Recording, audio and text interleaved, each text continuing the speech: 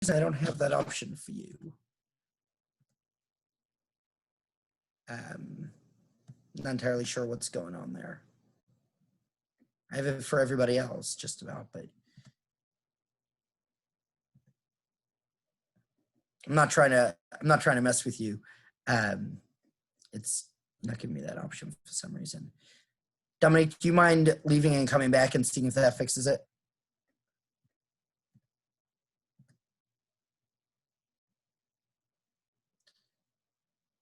Katie, I think I got you.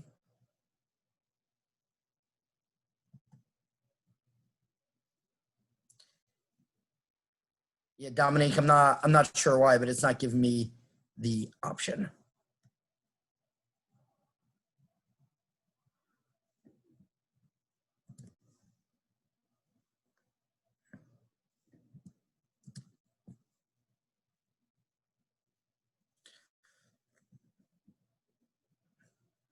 All right, if there's anybody else who is looking to record, just put your hand in the air so I can change that permission setting. And yeah, Dominique, it's still not giving me that option for you. I'm not entirely sure as to what's going on here. I'm happy to share our recording link with you afterwards, but it's not giving me that option for some reason. Let's try this, Dominique, if you don't mind. And the reason I'm asking is the only other similarity between everyone who is recording is their cameras on. I doubt that's it, but if it's possible to turn on your camera and let me try that way. Ah, there's two of you. And neither one of you that's bizarre. It's absolutely fascinating.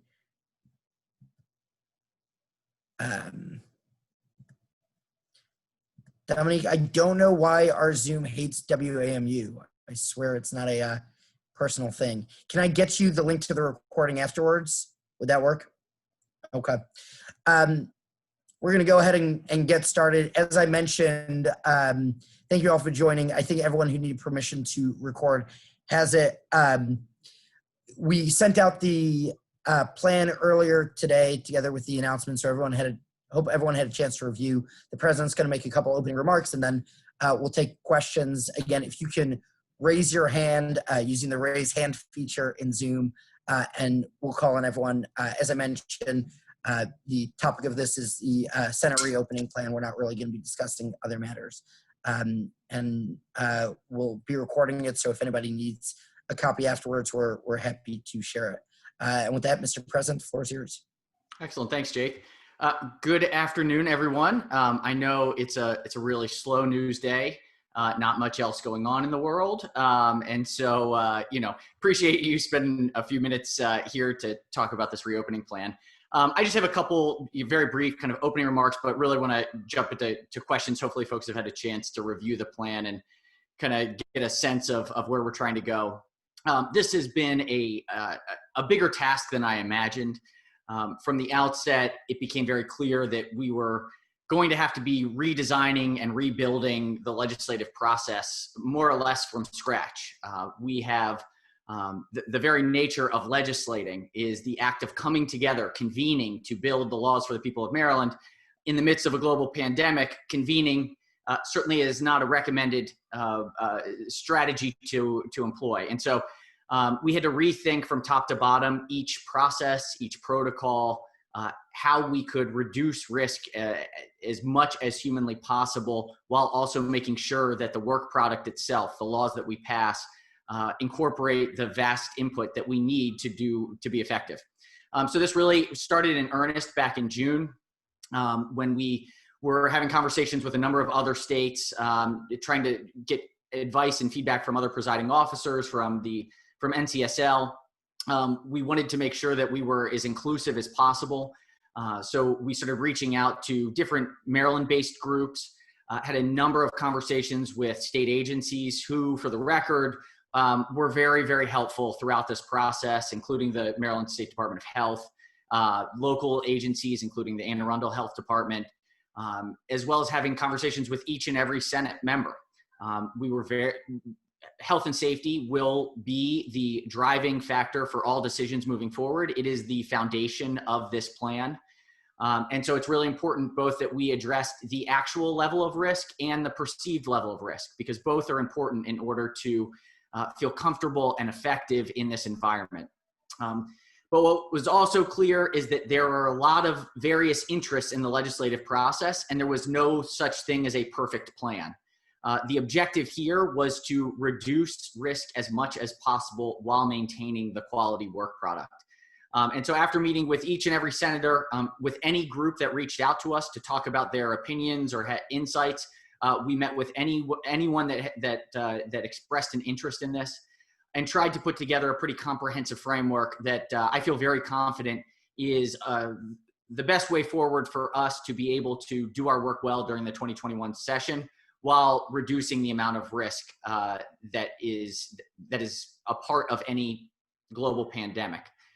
I will say that it is not a bubble, right? So we are not taking the approach as the NFL or the Major League Baseball or some of the sports leagues or some of the other places that have attempted to do different reopening plans.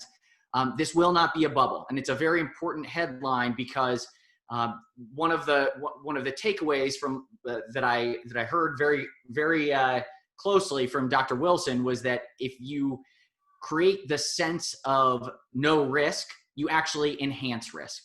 And so this is an effort in personal responsibility and providing the framework for people to make the best decisions that they can to individually reduce their level of risk and exposure of disease transmission. And so, we are going to continually remind folks to practice the basic things that we know work, the hands mask distancing, making sure that people use smart practices by washing their hands. We're going to have sanitizer around everywhere. The single best thing is face coverings, which will be required and enforced diligently because this practice is probably the single most important thing that we can do. And then, of course, implementing socially distant operations wherever feasible and deploying technology to make that possible. So with some basic precautions on every individual's level, with the feedback that we received from global experts around disease transmission and the air transmission, aerosol transmission, I really deeply believe that this is a plan that will provide us the least amount of risk possible while recognizing that we have a job to do. With that, we'll take any questions. We got Rachel Bay. Hey, so question about committee testimony. It looks like you guys have really restricted the number of people who are testifying in hearings. Can you explain how you are making sure that you're not limiting the amount of actual public input that you're getting on the legislation that you're considering? Yeah, it's a great question. For effective legislation, we need information. Information is the core to what we do. And so this was one of those exact areas where we had to balance a number of interests. There are two sides of the coin here. In fact, I think on one hand, for the big bills that have lots of interest, you can imagine that this would be a restriction. But we also have a lot of bills that have maybe one or two people testify. And so this, given the nature of virtual testimony, it's a lot easier to testify, which is a good thing. But we do only have a 90-day session, and so we do have natural time limits. And so we had to balance the ability for anybody to zoom in from wherever they are on any issue with the time constraints that we will be facing this upcoming session. And so we tried to strike a bit of a balance with the default being 4, 2, and 4. 4 witnesses that will be on the favorable side, 2 that will be favorable with amendment, and 4 that are the opponents. And then within that, we tried to balance it so that it wasn't certain groups or individuals who could dominate those slots by being the first to sign up. One of the concerns was that if we did first come, first serve for signups, people who knew how the system worked would consistently pick those first slots every time for one reason or another. And so that's why we've added the randomized selection of people who sign up. So if there is a bill of enormous attention, we will have the ability for randomized selection. And then you'll notice the bullet point that makes very clear that if the bill does not seem to be having a full and robust hearing, chairs will still have discretion to expand witnesses to ensure that there is a fair hearing on every bill. It is important that we provide the chairs some level of discretion in this process so that we can get that information. And of course, written testimony will be accepted by anyone. So we will have unlimited submission for electronic testimony, which is not the same as testifying in person, of course, but it does allow individuals to provide their feedback on any piece of legislation. Dominique, if you could unmute. This, thank you so much, Senate President. This looks a little bit like it's done unilaterally. Like you have everything about the Senate procedures. Has there been discussion with the House, with Speaker Ferguson on what, Speaker Jones, where did that pull that out of? Speaker Jones on what her plans are for the House side of things? Yes, certainly. It was very clear that the House certainly has a different level of dynamics than we do, just by the sheer number of people. And so what you're seeing on the Senate operations are focused on the Senate. We've been in very close communication about where our processes will align. And so the way that they will operate floor sessions will be different than the Senate. And fundamentally, that is our, those are sort of our core functions. And so we knew that those kind of core functions would be different given the number of people that we have, the way our chambers, the dynamics of our chambers. But when you look at sort of the staged operations, the different levels, we're going to be tracking that very similarly. The daily health check app for campus operations, the availability of testing. So a lot of the headline precautionary measures will all be done in coordination and in alignment. And this really drills what you're seeing today and what the House released today as well, were our operations for our various chambers based on our individual circumstances. Next we have up, I think this might be Rita from WNAV. Rita, is that you? Yep, that's me. Hi, thank you for taking, I want to talk about that healthcare app. Who developed it? Was it a Maryland company? So it was our amazing folks at the Department of Legislative Services in our Information Technology Division who built it internally with our own resources. And this was something that we had asked our IT division within the Department of Legislative Services to start putting together very early on in this, as we saw other organizations putting these types of technological apps in place. It looked very natural as something that we would potentially be able to deploy. And so it was all built internally. Can I do a follow-up? Please. Sorry, go ahead. When it comes to getting the plastic separators from members of the Senate and all that other stuff to physically provide, they have no choice but to be socially distant. Did you have any trouble getting the resources you needed in state, or did you have to go out of state to get those resources? It's a really great question. I think we were very concerned. Certainly plexiglass is something that is of high demand in the marketplace right now. We were able to secure resources easier than I thought initially in this. And we've worked with a couple companies to help us get the custom design correct for the Senate. So you will see in the presentation a picture of our first demo sort of phone booth protection pod for the Senate. And so that did take, or is in construction right now. We had different versions to see what would make sense and what would fit within the chamber. And most importantly, whether it would actually make a difference to make things less risky. And so we did make the determination that having that plexiglass would be a positive step towards reducing risk. We've been in contact with all Maryland companies throughout this. The committee chambers, we went for more of a default solution, something that was not custom designed, that we've ordered. And so we are waiting for the demo to be delivered so that we can see it in the committee room. And then we would bulk purchase, but we wanted to make sure that we were very judicious and had the right solutions in the right places. Brian Sears. Regarding written testimony, will written testimony from the public have to be submitted specifically through members of the Committee of Jurisdiction, or can they go through any lawmaker? And how quickly will those written pieces of testimony from members of the public and lobbyists and special interest groups be made public? You're right. So this was a change from before where written testimony was accepted but was delivered in paper and then scanned in. So we had some cybersecurity issues that if files are being sent to the General Assembly, opening those electronic files, if they were malicious, could compromise the entire system. And so the Department of Legislative Services has had to rebuild a cybersecurity network to allow for electronic submission. They will be delivered to individual committees. So they will be, members of the public will be able to submit to the committees of jurisdiction where that particular bill is. Those files will then be compiled in an electronic bill file.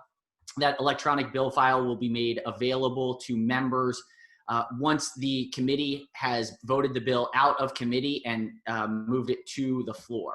So the initial bill file, as is the case right now, bill files are available to individual members in the committee rooms. The electronic bill files will be available to members in the committee room if they are on that committee.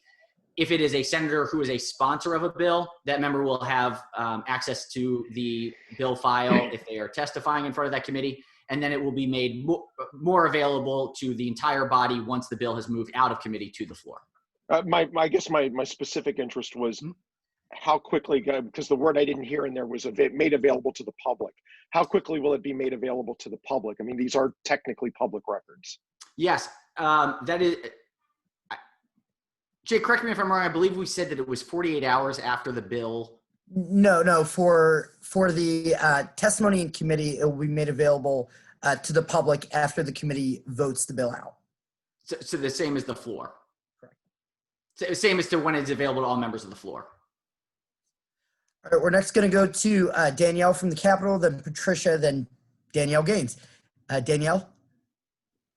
Hi, thanks so much. I have a bit more of a local question. Obviously, the session is not only important to the legislative process statewide, but also the local economies of Annapolis and Anne Arundel County. At the same time, having the session will mean a large number of officials descending on the city.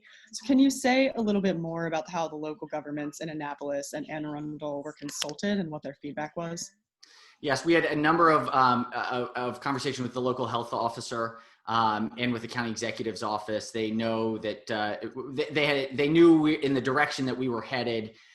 There will be a restriction on the number of people that will be down regularly in Annapolis. So you'll notice that it is members, and then each member has two members of their staff that they can identify as regularly attending the session. That is a limit in and of itself. There is an allowance for in-person meetings when we are in stage 3. So imagine members of the public who are coming, or in the advocacy community who are coming to meet with members. Those in-person meetings will only be permissible if they are scheduled meetings and individuals are escorted into and out of the building.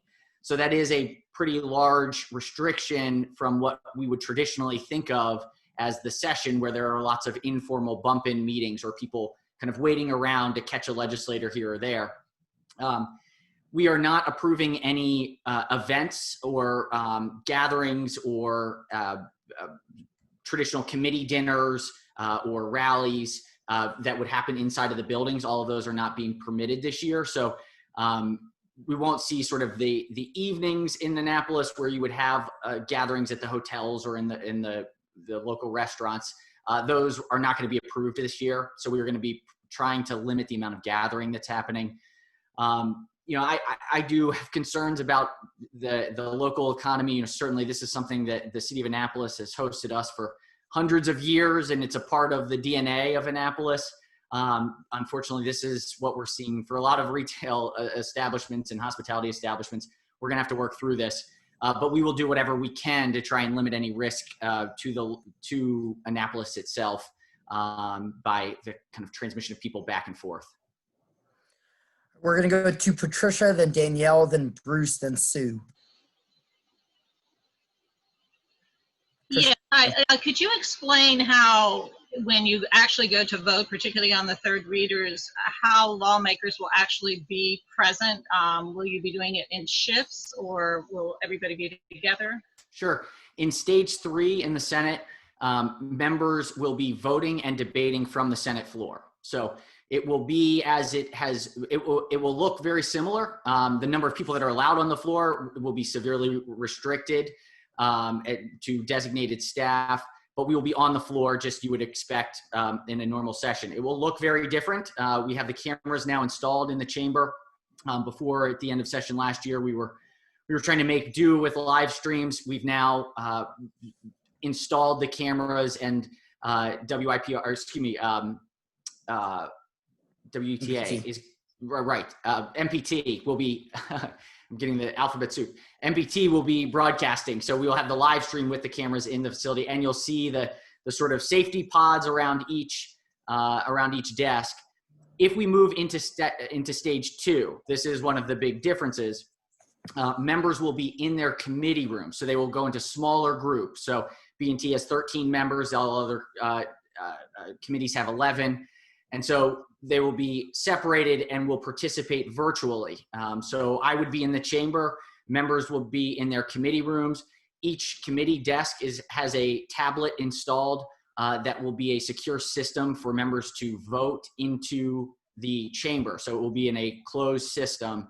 And so they'll be voting from their committee rooms and debating from the committee rooms. So that will look very different should we have to move into stage 2. And then of course in stage 1, we will be on pause until determination has been made that we can operate with low risk again. All right, we're going to go to Danielle, then Bruce, and Sue. Danielle. We hit the mute button at the same time. Danielle, you want to try again? Hi. I had my original question, but first I wanted to follow up just briefly on Brian's question. Is there going to be a way for the press to request electronic bill files like we've been able to in person before 48 hours, like, you know, when we're writing stories? Yes, I believe we will. I know they will be available by the time the bills get to the floor. Danielle, we are working with the different committees to do our best to accommodate any public requests for bill files, just like in a regular session. Okay. And then my original question was just, you know, this is a plan for the Senate. And I was wondering what level of coordination there's been with the House. I mean, if there are going to be some version of delegation meetings or, you know, subcommittee joint meetings and stuff like that, there's seems like a lot of opportunity just as legislators for cross-contamination. So are the health protocols going to be the same with the House? Have you talked with them about avoiding problems? Yes, they are very similar. The House is being extremely cautious, and we will, and you know, I think their approach to the floor and committees will be slightly different than ours, and potentially more virtual. We have the benefit of having less members, and so we can operate in a way that is a lower risk inherently just because it is less people combined in one place at one time. And so, you know, all of the hearings will be virtual, and so those can be conducted with members of the House participating from their office space or from wherever they may be when we get to crossover period. The joint committees that exist, you think of the spending affordability, all of those will continue to be virtual. Members of the Senate will be in their Senate offices in Annapolis.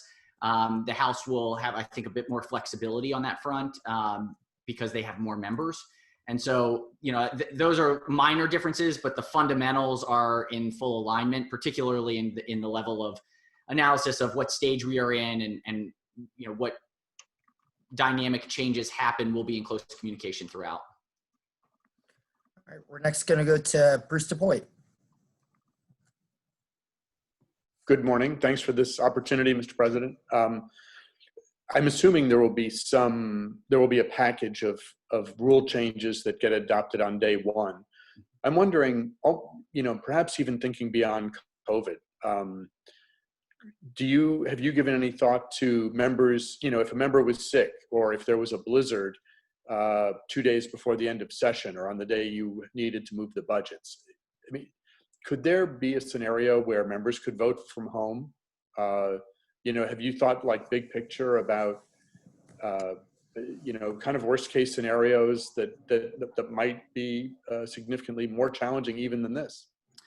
I think I've had nightmares about every scenario that you've mentioned. Yes, look, there's been a lot of thought of contingencies and possibilities, and what does this mean? I will say these rules and structure are being developed for the 2021 session. It is very specific for this circumstance. Certainly there are things we have learned throughout this that have applicability down the line potentially, but I would say, we do our work in Annapolis, and I think that's how we do our best work, is when we convene together and have the opportunity to have those informal conversations. There are benefits to a more virtual nature. However, I think it's really important that when we are doing the people's business, that we are in the place that the Constitution outlines in Annapolis. And so that was a fundamental bedrock to the development of this plan. And it's why, though we have virtual hearings, members will be in their offices in Annapolis conducting those hearings. And they will be separated individually in their individual Senate offices, but the General Assembly does its work in Annapolis. And so that is the standard that we maintained through this. We'll see where we go after this. Hopefully this is only one session. Hopefully we have a vaccine and it is being distributed throughout session and is widely distributed by the summer of 21. But there are certain things that we've been able to learn from this process that may make us more efficient down the line. But I would not say that this structure is the structure that I hope that we have moving forward. I think I'd like to get us back to a place of a more traditional convening in the future. We're going to go to Sue, then Avita, then Kate. Sue. Thanks. Hi. And also Nancy Yamada, Jake, also from MPT, she's on her phone and can't raise her hand. So I'll make sure to put her in the queue. Okay, thank you. Mr. President, my question is kind of procedural. Every year, there are usually joint hearings with the House and the Senate with a joint hearing room. Have you all considered, for good reasons, generally speaking, what about those issues which are so big that you really do need to combine efforts? What you plan to do for that? Those will all be virtual, so it'll be very similar to how we've been hosting the COVID work group meetings now, or a number of the unemployment insurance meetings. They will be virtual hearings. Members of the Senate will be in Annapolis, and will be participating virtually. Again, these are situations that there is something powerful about being in a room to gather information. And so I just realized with Bruce that he mentioned the rule changes. All of the rule changes that we're talking about here will be limited to this particular session under these circumstances in a state of emergency. Whether there are things that we adopt down the line would have to take another rule change down the line and would have to be considered in a very different light than today. But things like the joint hearings, certainly it is feasible to do joint hearings virtually. But I do worry that we have to make sure that the work product is as high quality as we expect. And there is a diminishing factor by trying to do all things virtual. We have to in this situation, but I don't think it will be the standard that we seek down the line. All right, we're going to go to Avita, then Kate, then Nancy, then Rachel Way. Avita. Hi, good morning. Thanks. I was just wondering about the stages, moving from one stage to another, what the thresholds are. For example, is it, a senator gets COVID, you move from stage 3 to 2, or say a guard gets COVID? How are you determining how you move from one stage to another? It's a great question. And initially when I sought to do this at the front end, I thought, if we could have the more direct metric numbers, the better. After lots of conversations with public health experts, but also in walking through our particular processes of the General Assembly, it is a bit more dynamic. And so we didn't want to limit ourselves to specific numbers because there could be situations that arise that truly hamper our ability to meet. For instance, the Secretary of Senate's office has 5 members who have to be present in order to operate the Senate floor.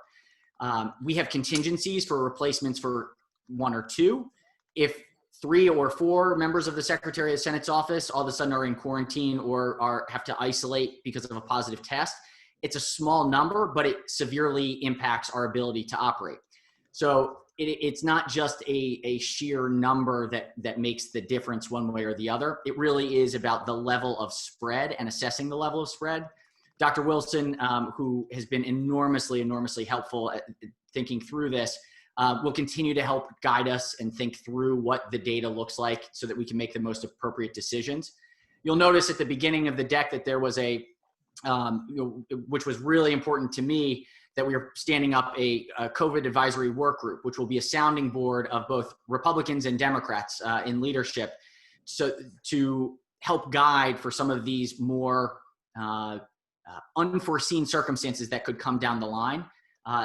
As much as we prepare and try to prepare, this has been such an extraordinary circumstance with this pandemic that I am very confident that there will be something that comes that none of us could have foreseen.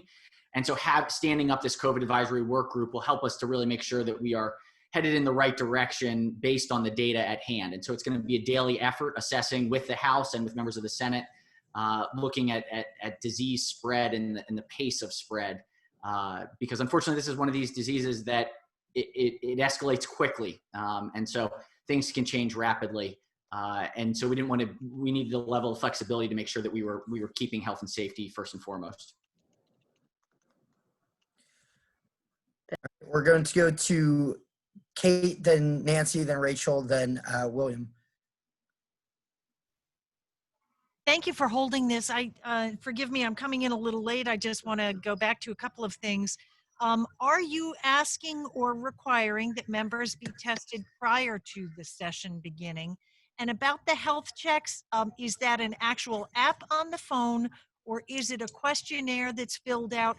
And related to that, is that kind of an honor system? In other words, are you going to go to temperature checks, or how do you make sure that's reliable? Right. Great questions. The first one on testing. So the first, members and staff who are in regular contact with multiple members will have required testing on Mondays and Thursdays of each week.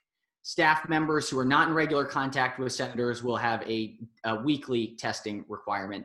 And then we will also have on-demand testing available for any member or staff on campus or member of the public that would be available in Annapolis at any time if somebody has the sniffles, isn't feeling well, has a cough, and just wants to make sure that it's not COVID. Because of course we meet in the middle of winter when the sniffles and coughs are quite regular. And in fact, I think those of you who were there at the end last year, we had a couple situations with individual senators who had allergies, and it was very anxious when people would start coughing in the chamber. And so when you think about the perception of safety is as important as the level of risk itself, reducing and mitigating that risk. So the testing is an absolutely essential protocol that is a fundamental bedrock of this entire operational plan. That it will be available immediately starting that first week. So that Monday at the beginning of session will be the first Monday where testing is available. And we're going to ask everyone when they come back to do a test right away. The second question was about, the app. Is it a voluntary? The app is a voluntary, and that's a really, really important point, because part of the risk mitigation strategy is everyone making that individual decision on a daily basis to lower their risk. So we will not have temperature checks. And I think as a lot of us have seen, one of the biggest challenges with COVID is the asymptomatic transmission. And so temperature checks to some degree can lead to a false sense of security. I don't have a temperature, I must be fine. And so what we've gotten the advice is that if people are really assessing themselves each and every day, that is a higher likelihood that members will self-identify a risk factor. And we are going to continue with the messaging that, the normal feeling in session is push through the pain. This will not be the culture that we hope to see this year. This is one where if somebody is not feeling well, we truly want them to stay home. And when we talk about some of those rule changes, one of those rule changes is a more lax excused policy for senators, so that they can be marked excused as opposed to unexcused if they're not able to vote because of concerns about their health. And we are going to really make sure that those individual decisions both are made and adhered to, but it is a level of personal responsibility. There's not sort of a check each day. Outside of the app, there are members of the public or advocacy community who will be meeting with members if we're in stage 3. They will have to go through that same check with those particular questions outlined, whether they've been exposed, whether they have a temperature or a cough, or been feeling tired or ill. So that will be the daily health check that they'll have to go do when entering the building. They won't participate in the app, but in order to come inside a building on the facility, they will have to do that personal check. We're going to go to Nancy Yamada next. Nancy, you there? I'm here. Hi. President Ferguson, thank you for doing this. I saw that the press will be allowed in the gallery in limited numbers. Is there a hard number that we're talking about? Will it be a first come, first served basis, or how will that be determined who can come and go? So that is a great question, and we want to make sure that it is as accessible as possible with access for everyone. Over the next 2 months, we're going to be following up with the press corps to talk through particular strategies. We do have a limitation based on size and the number of seats that can be accessed. And so that's something that we're going to work on to nail down the details over the next 2 months. Thank you. Mm-hmm. All right, we're going to go to Rachel, then William, then Pam, then Dominique. Rachel? Sorry, and 2 questions. One is following up on Ovita's, just clarifying on the 3 stages. So I'm not clear, are we starting in stage 3? Yes. Are we starting in stage 1? Okay. And then right. It's a great question. And I wish I could give that answer, because if you had asked me 2 weeks ago, I would have easily been able to say that we were in stage 3. I think we were over 2,000 cases today. No, not 2,000 today. It was 1198 yesterday. It looks like Brian has the numbers to correct me, potentially. The bottom line is the last couple of days have not been promising for the spread of COVID. And so, I would say in this moment right now, where we are today would be a stage 3 situation.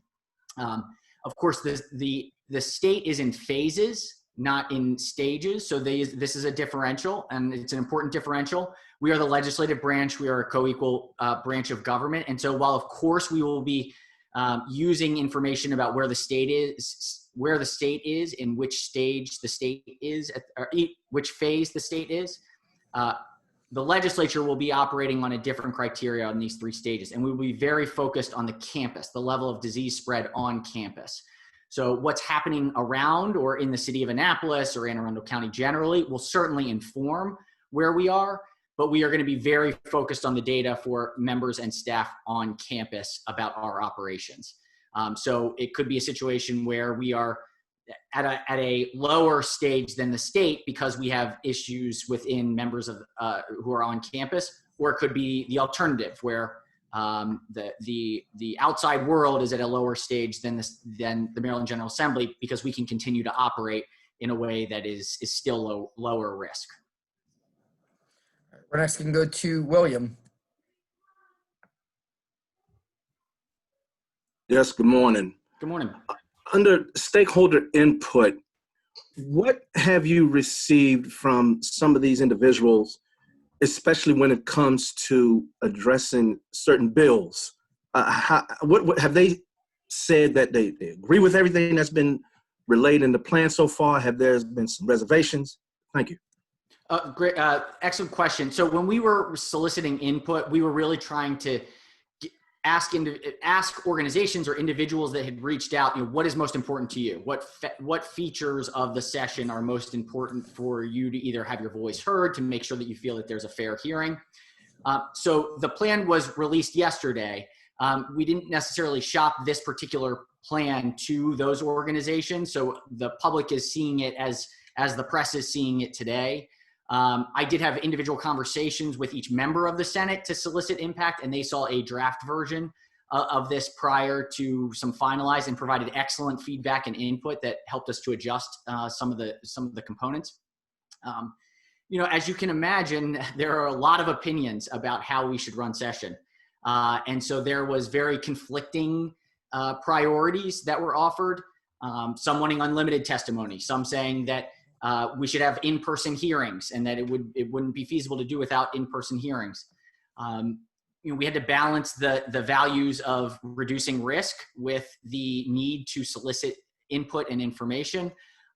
We've tried to accomplish that here. I think we've really incorporated a number of the features of priorities that were offered up, while certainly not meeting everyone's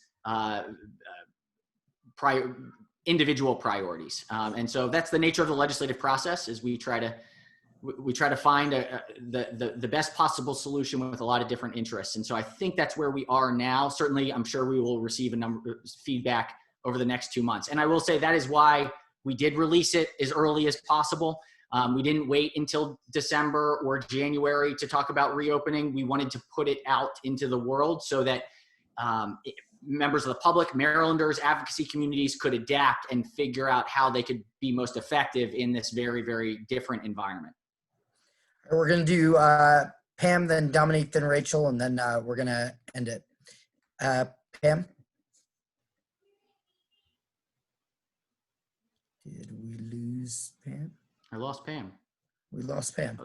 Oh, no, there. She's here. All right, we'll come back to Pam. Okay. Dominique? So I wonder if, you mentioned that you were going to have some more lax policies for absentee senators during voting sessions and floor sessions. Even in those later stages, let's say you have a senator that has, is asymptomatic, can work from home. Are you going to be able to accommodate, a hybrid of senators working from home? And are any of these things, sorry, this is sort of a two-part question. And then are any of these things going to be something that the Senate might consider in the long term, sort of adopting long term? Right. So if somebody is quarantining or in isolation for a COVID specific reason, there's likely going to be an allowance that they can participate in hearings from off campus. That will be one of the few exceptions of off-campus participation, if it is specifically related to COVID isolation or quarantine. However, it is unlikely that those individuals will be able to vote either on the floor or in committee. That's something that we are still talking with chairs and with members about, the allowance for voting. What I can say for certainty is that in order to vote on floor items, so when we are convened on the floor, it will have to be done either from the floor when we're in stage 3 or from the committee room if we are in stage 2. So the voting for final work product, for third reader bills, for recorded votes, that will have to happen with the member on campus. Otherwise, that individual will be excused for that part of the vote. On the remote operations, I would say,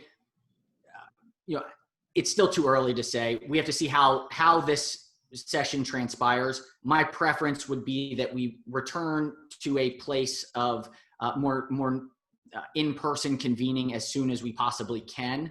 Unfortunately, I don't think anybody can tell us exactly when that may be. So this is for the duration of the state of emergency. We will certainly learn from this process down the line, a year, 2 years from now. Hopefully there are things that we will have learned with this type of legislating that potentially could impact the future, but I wouldn't say that there's an expectation that it will.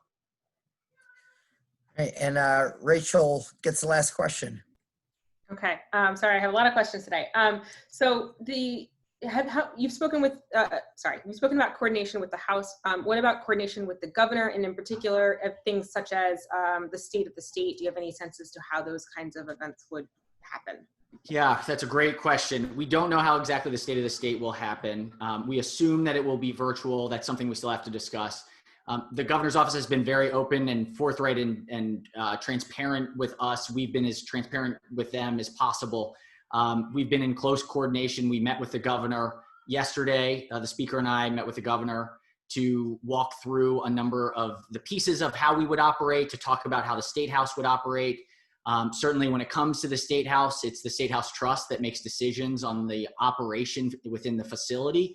That requires a vote of the governor, myself, the speaker, and a member of the archives. And so If there are changes that have to be made at the State House, we have to be in agreement to move those forward. But we want to make sure that that the executive is fully aware of all of our plans, and we provided this to the governor yesterday.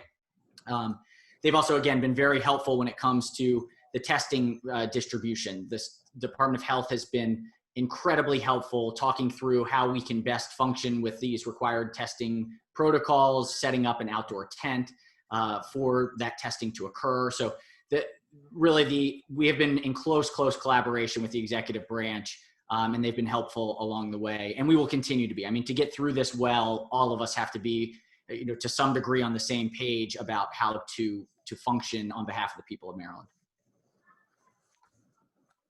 And that's everybody. Did we get Pam? Pam is having internet problems, but she said she's good. Got it. Okay. Well, great. Well, look, thank you all very much. This is quite an extraordinary moment. Appreciate you all. And then look forward to having conversations with each of you as well in the next 2 months about certainly the ongoing transparency of the session, to get your thoughts and feedback and ideas about how we will operate and make sure that all members of the press corps are operating in as least risk a world as feasible. So please expect us to be in touch with you after this, so that we can make sure that everyone, all parts of government, including the fourth branch, have the ability to operate effectively. So thank you. Stay safe. We're going to get through this, and it's going to be an interesting year ahead, but we got some serious work to do. So appreciate your dedication and work on behalf of the people of Maryland.